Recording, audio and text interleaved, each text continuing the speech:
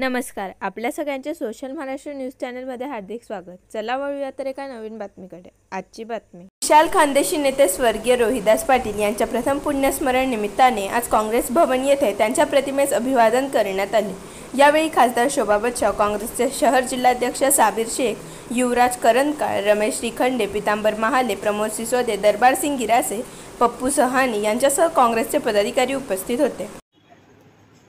काँग्रेस पक्षाचे ज्येष्ठ नेते आणि खानदेशचं भूषण असलेले आदरणीय रोहिदास दाजी साहेबांचं आज प्रथम स्मृतिदिन आपण धुळे जिल्हा काँग्रेस कमिटीमध्ये करतो आहोत.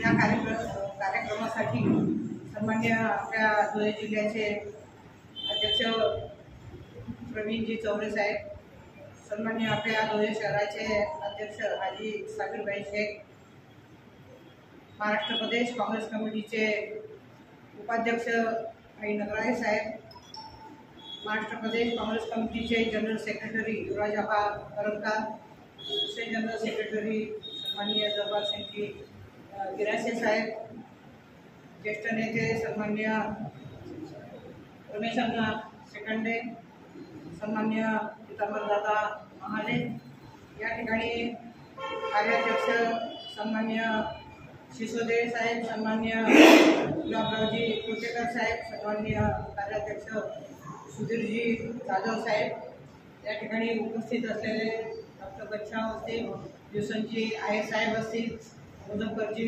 हुसेन असतील, खैरनार साहेब आणि सर्व काँग्रेस पक्षाचे सर्व सन्मान्य ज्येष्ठ नेते, सर्व पदाधिकारी, उपस्थित बंधू आणि भगिनी, खऱ्या अर्थाने धुळ्याचं भूषण असलेले आणि महाराष्ट्राचं ज्यांनी नेतृत्व केलं, खानदेश आणि धुळे जिल्ह्याचं ज्यांनी नेतृत्व केलं, असे आदरणीय दाजी साहेब तर हयात काँग्रेस पक्षामध्ये ते होते आणि स्वातंत्र्य सेनानी चुडामण अण्णा यांचे ते सुपुत्र आणि त्यांच्यावरती लहानपणापासून राजकीय संस्कार होते आणि समाजकारण, राजकारण, कृषी क्षेत्र, त्याचप्रमाणे शिक्षण क्षेत्र, सहकार क्षेत्र याच्यामध्ये त्यांचं खूप मोठं योगदान आहे.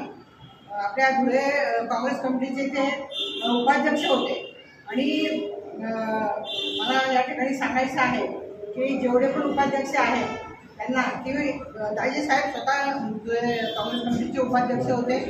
त्याच्यानंतर सेवादलाचे ते सेवादलामध्ये काम केलेलं आहे, युथ काँग्रेसमध्ये त्यांनी काम केलेलं आहे, विद्यार्थी असताना सांस्कृतिक क्षेत्रामध्ये त्यांनी काम केलेलं आहे आणि विधानसभा विधान परिषदेमध्ये ते आमदार म्हणून त्यांनी त्यांचं संसदपटू रंग त्यांना त्या ठिकाणी मिळालं. विविध खात्यांचे ते मंत्री झालेले आहेत. मग ते महसूल खात्याचे राज्यमंत्री होते, कृषी खात्याचे कॅबिनेट मंत्री होते, फलोत्पादन असेल, कामगार क्षेत्र असेल, गृह क्षेत्र असेल, या सर्व विविध क्षेत्रामध्ये त्यांनी मंत्री म्हणून काम केलं. पाटबंधाऱ्याचे जे मंत्री होते आणि धुळे जिल्ह्याचा आणि उत्तर महाराष्ट्राचा जो आपला अक्कलपाडा धरण आहे त्या तो प्रोजेक्टचे ते प्रणेते होते. त्याचप्रमाणे गिरणा डावा कालवा त्याचं सुद्धा त्यांनी त्या ठिकाणी काम केलेलं आहे आणि धुळे जिल्ह्याच्या सिंचनाच्या अनेक योजना त्यांनी धुळे जिल्ह्यामध्ये आणलेल्या आहेत.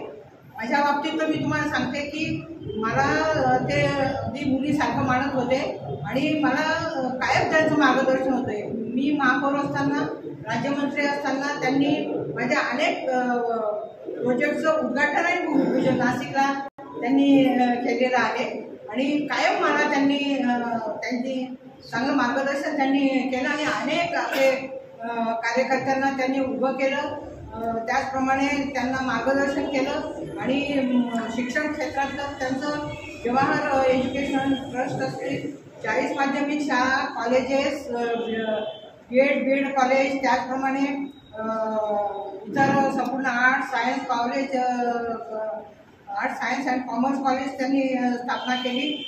शिक्षण संस्थेमध्ये गरीब लोकांना विद्यार्थ्यांना शिक्षण देण्यासाठी त्यांचे ते प्रयत्न होते. जवाहर मेडिकल ट्रस्टची स्थापना केली.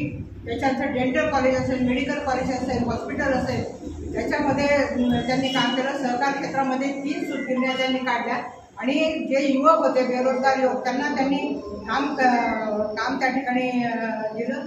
असे महान नेते आणि काँग्रेस पक्षाचे आपले ते आशास्थान त्या ठिकाणी होते आणि खऱ्या अर्थाने त्यांचं जे कार्य आहे, कार्यकर्तृत्व आहे ते खूप मोठं आहे आणि आपल्या सगळ्यांना दिशा देणारं आहे.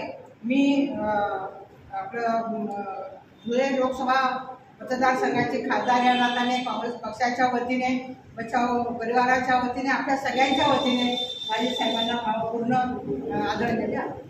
बातमी आवडल्यास चॅनलला लाईक व सबस्क्राईब करा व दररोज अशा नवनवीन बातम्या पाहण्यासाठी चॅनलला फॉलो करा. धन्यवाद.